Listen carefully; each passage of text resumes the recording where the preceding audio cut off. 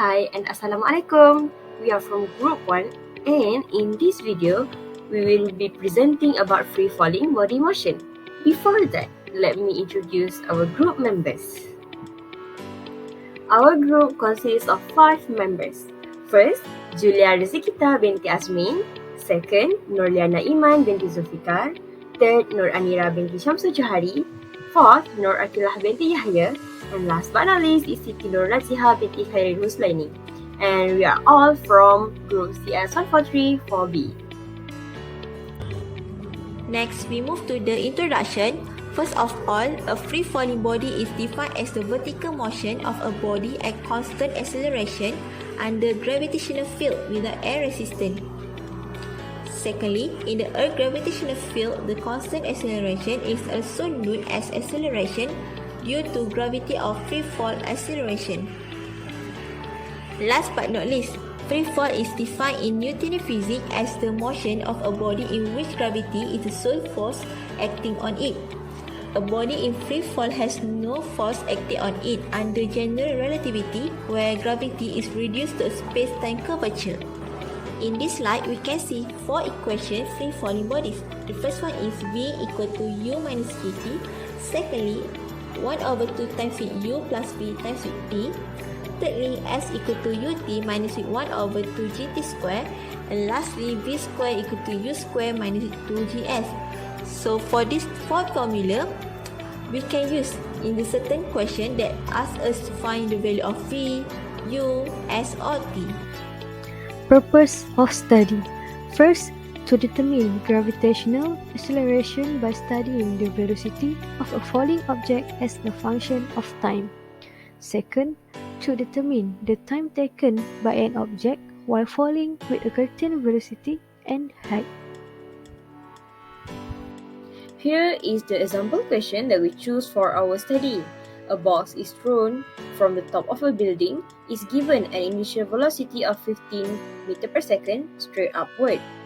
The building is 40 meter high and the box just missed the edge of the roof on its way down, as shown in the figure. And here is the figure. As the figure shown that P is where box is placed, and then we have another 3 points which is Q, R and S. And the given information also is the building have the height of 40 meter.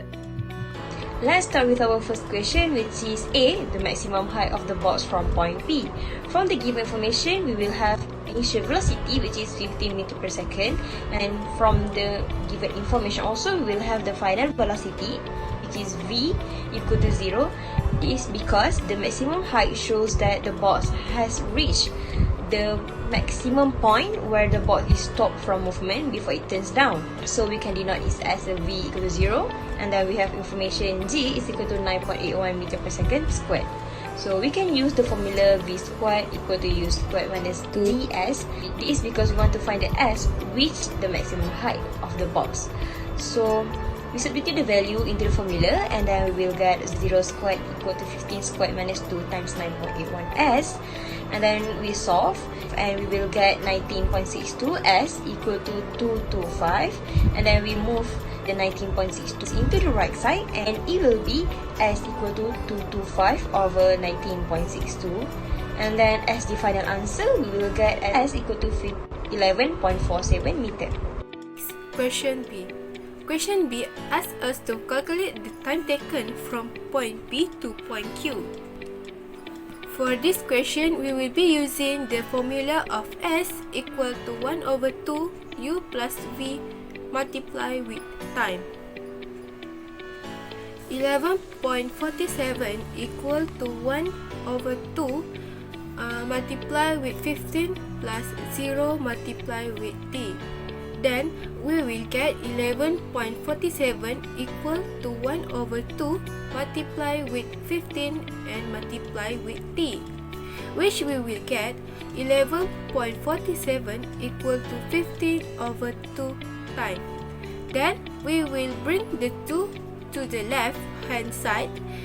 Then we will get the value of 22.94 equal to 15T.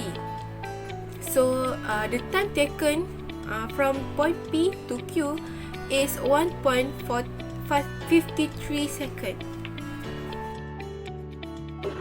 Next, question C.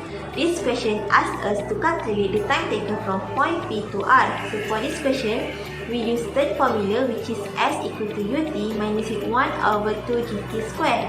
So actually, we already know the value of U equal to 15, S equal to 0, and G is equal to 9.81. So for this question, we need to find the value of T.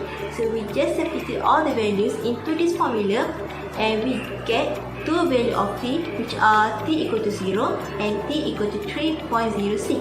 So our last answer for this question is T equal to 3.06 seconds. The next question is question the time taken from point P to point S.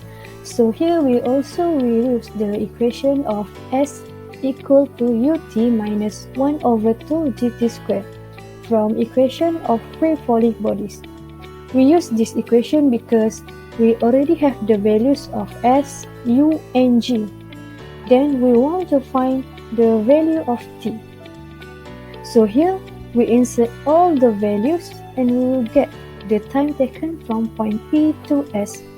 For your information, the value of S become negative because the box is falling down. The next question is E. Find the velocity of the box when it reaches point S. Given G equals to 9.81 meter per second square. So the question wants us to find V. We have U equals to 15, G equals to 9.81, and we also have T equals to 4.77, which we previously got the answer in question D. To solve this question, we can use the formula V equals to U minus GT. We can substitute the information we have earlier into the formula to find V. So V equals to U is 15 minus G 9.81 times with T 4.77.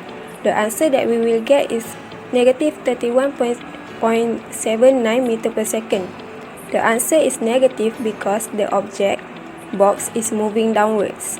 So for the conclusion, firstly, the kinematic equations are used to study the motion of a free-falling object. Second, a free-falling object will fall under the influence of gravity. Next, a free-falling object has an acceleration of 9.81 meter per second square. Finally, the initial velocity is 0 meter per second when an object is dropped from a particular height. And that's all from us. Thank you for watching. Bye!